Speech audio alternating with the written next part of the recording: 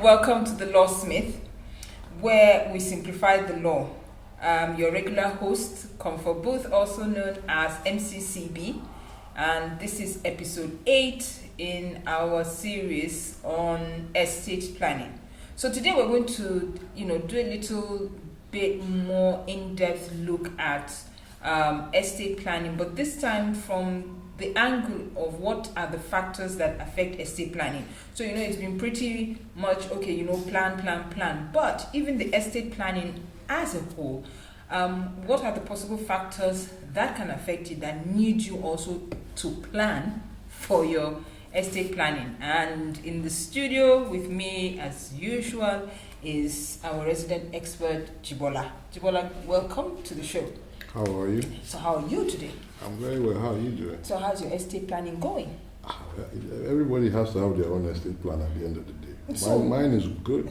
So what have you done today to further that goal? Today? Yes.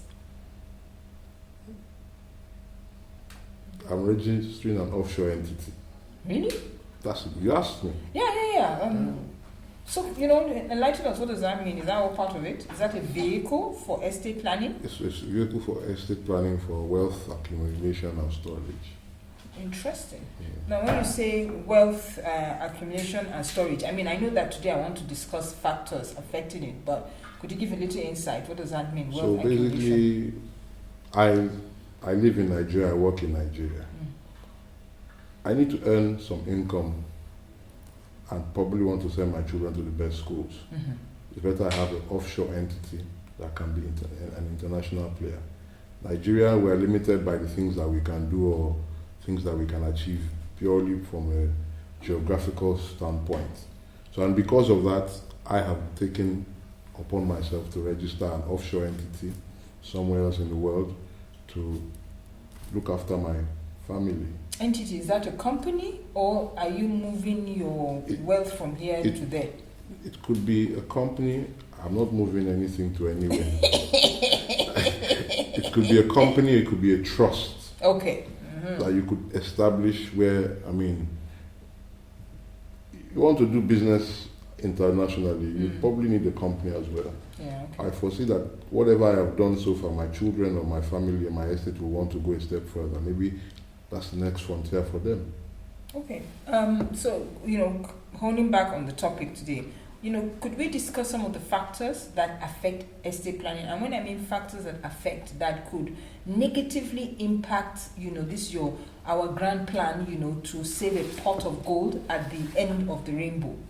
So, what are those factors that we should look out for, be careful about? The most predominant one is death and taxes. Okay. One. You also have family. Two. So family play a role in decision making as part of your estate planning. Death and taxes. So death and taxes, what are the taxes that are payable upon someone dying? You know that when each of us die, the government takes a toll, a death tax or an inheritance tax from us transferring our assets to the next generation or to our loved ones. So sometimes the people that you are making provisions for can afford to pay these taxes. But most often than not, the people that you are giving these gifts to, that you are making this bequest to, they may not be able to afford to pay the taxes and whatever is required from the government. So it's better you find another way before death to transfer these things so that you may not have to pay those death taxes. I'll give you a very simple and typical example. Everybody wants to buy property, and then you go and buy property in your name. It has upsides and downsides. But usually I always tell people, especially married couples, that when they buy property, they should register a company and buy the property in the name of that company and put their children and loved ones as directors or shareholders of that company. How does that help? Automatically, you remove the need for a will if you die. Yes. More or less. Okay. Secondly, usually it puts women in a driver's seat so that, and it puts them in a situation where they can meet all challenges that usually come from friends and family who want to cause disputes after your loved one has gone. Because it's already it belongs yours. to a company. Yeah, it belongs to a company. A company It's is already an yours, entity. and it is you are in there as well. So I always tell most women, first thing you do when your husband wants to buy a property, say let's buy it in a company. Okay. But so at the point of death, you don't pay the no, because for example, the property is, the company itself is regarded as a separate entity, a legal person. Yes. And that particular type of legal person never dies. So he doesn't have to pay death taxes or inheritance. Now I hope our audience is, picking up the, tidbits here and there. I must also say that I'm just being superficial and summarizing most things, but these are in-depth theories and concepts of law that people have to look into when doing estate planning. So the first factor is that death tax, and you have an inheritance tax. Yes. Whether you have a will or not is another consideration. Whether you're going to have to pay probate either way anyway. Yes. If you don't have a will, or even if you have to get a letter of administration, there are costs to it. So there's a percentage of the total assets that the government now takes from it. Okay. Second point was, you said family as a factor that affects it. Could you expatiate? So if you have a cantankerous family, you need to be able to protect your wife and children.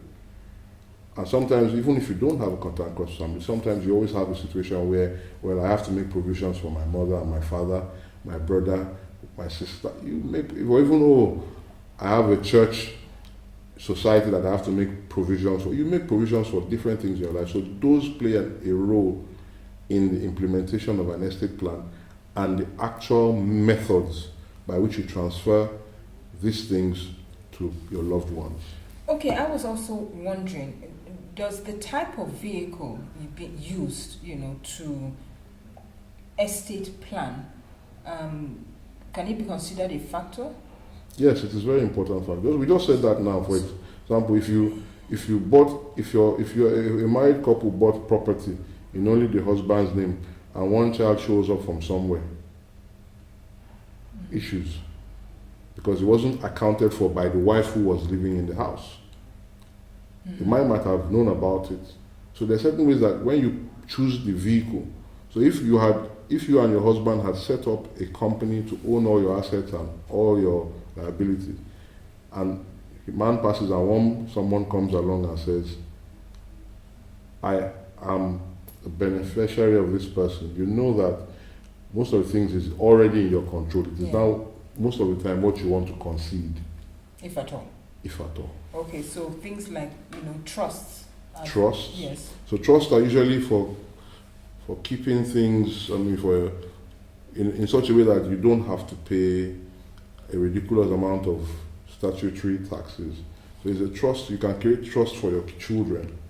So you park money or investments in a trust for them, and it's managed by a trust, and they are just beneficiaries of that trust over a period. So you can say, people have even educational trust funds. Where you say, okay, I've created a trust fund that all my children up to my third generation grandchildren, this is the school I want them to go to, and this is the kind of education. But sometimes you have to always be very specific also in the trust document. So as I said, I was just being superficial, or I'm just giving a summary. There are technical details that have to do with these things that you have to speak to an expert and decide what is best for you in your circumstances. I'm glad that you brought that out. So we're going to take a short break, and when we're back, we're going to keep on talking about the factors from this angle and introduce one or two new angles. Stay with us.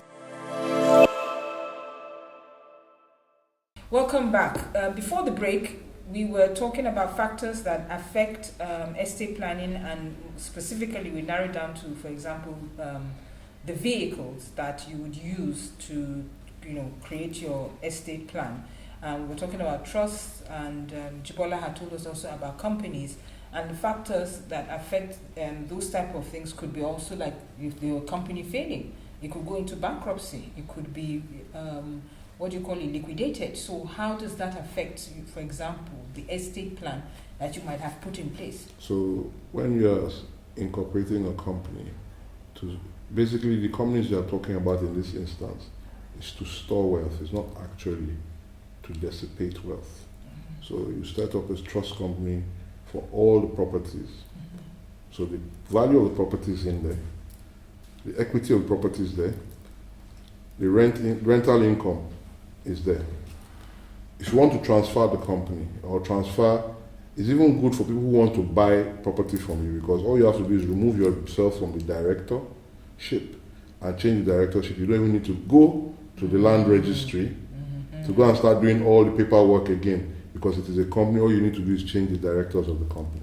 Okay, so it is to store wealth, not to dissipate wealth. And okay. So, if you were to, candidly advise women, about their role in estate planning, what would be, one of the top level things you would tell a woman to do? I know you keep saying, have the conversation with the man and all, but we're being realistic here. How many times actually is a woman able to break through that? So what are other practical things she can do while she's trying to get around her husband, for example? There's nothing to get around. It's very simple. Okay. I usually tell women, I tell women, I say, look,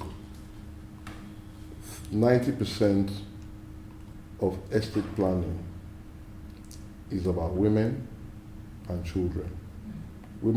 Children can't really dictate, but women can have an impression on the estate plan. So what do you do? So when my husband says we are buying a property, he says, I want to buy it in my name.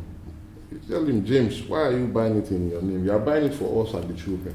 So let's form a company and everybody's name is in there. This is, you're assuming that the woman is being carried along in the conversation. You see, now, 3/4 of the times that now also to the men, I'm saying to the men that always try and carry your wives Thank you, sir. along. Thank you very much, sir. Without carrying your wives along, there is no estate plan. Yeah, okay.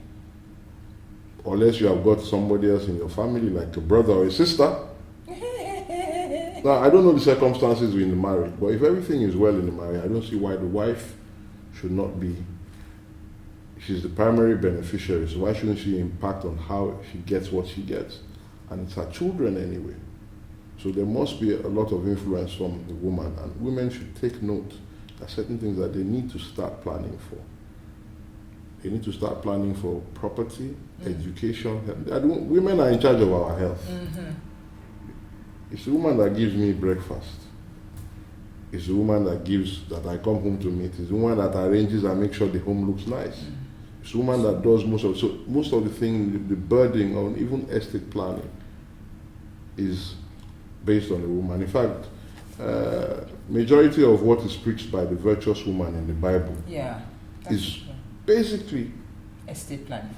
There you go. And that's a nice one. I think maybe we would have to x-ray that. On a serious note, maybe that would be nice to x-ray. But I think we will have you back also, to honestly just talk to your gender on the importance. Remember that we're dealing with learned patterns of behavior, and a lot of men just say, well, that's how my father did it before, my forefathers before me. Why should it be any different? And after all, they're just women. I'm talking about, this mindset towards women in owning property or being part of an estate plan.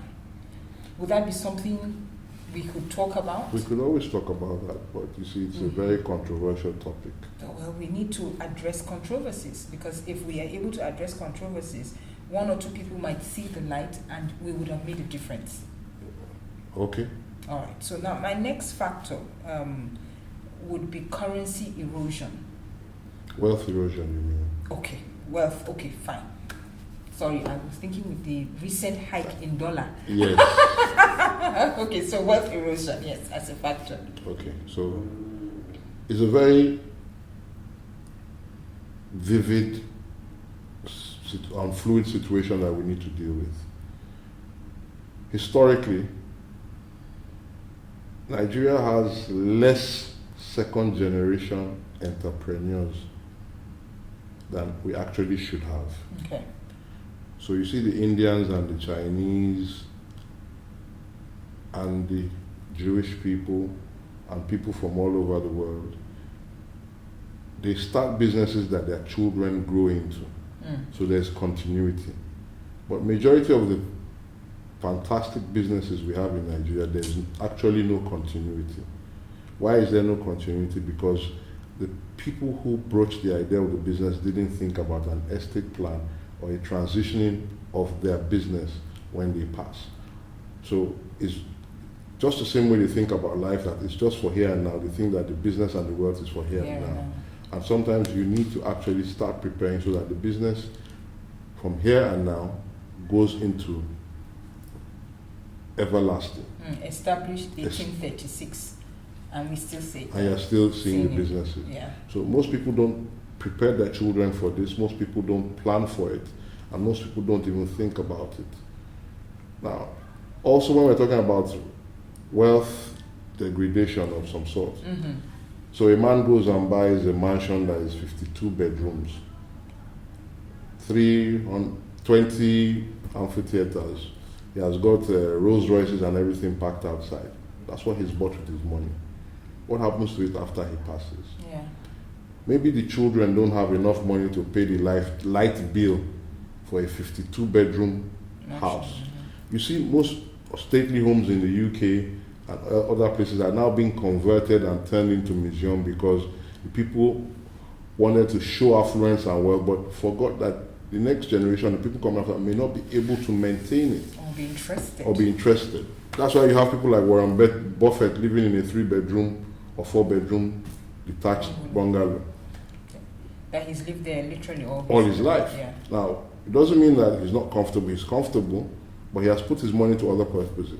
I see so many people in Lagos now buying into skyscrapers and buying into luxury housing in Igwe. And I don't see it as generational wealth. Okay.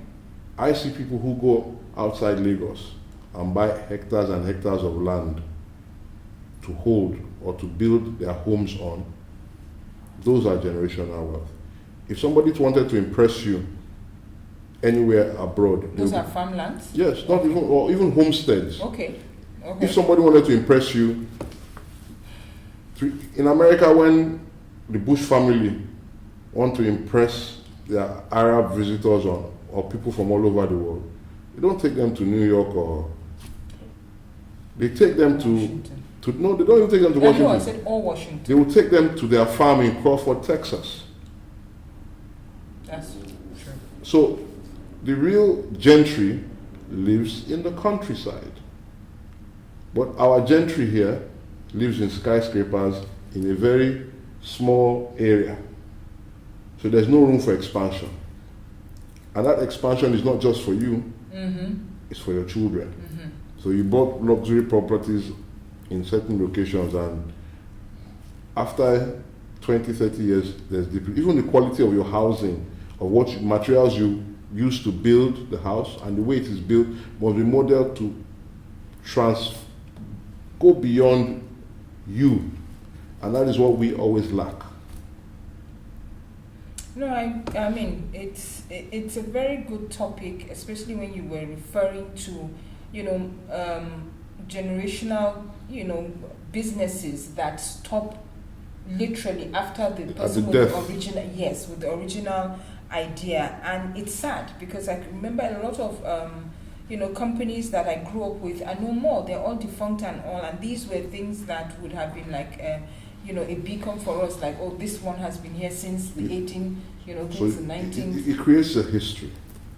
Yes, it does create a history. We don't have a business history in Nigeria. And this is unfortunate that these are factors. I'm glad that we're talking about it, and that these are factors that affect estate planning. And I think he's giving us, things to think about, the factors that are going to affect it if we're not conscious about what we're doing, especially our business history. I think that's what I've taken away from this. So please send in your comments, your questions, and I just want to thank you so much for coming in once again. You're always welcome. And I'm signing off here, and see you at the next episode.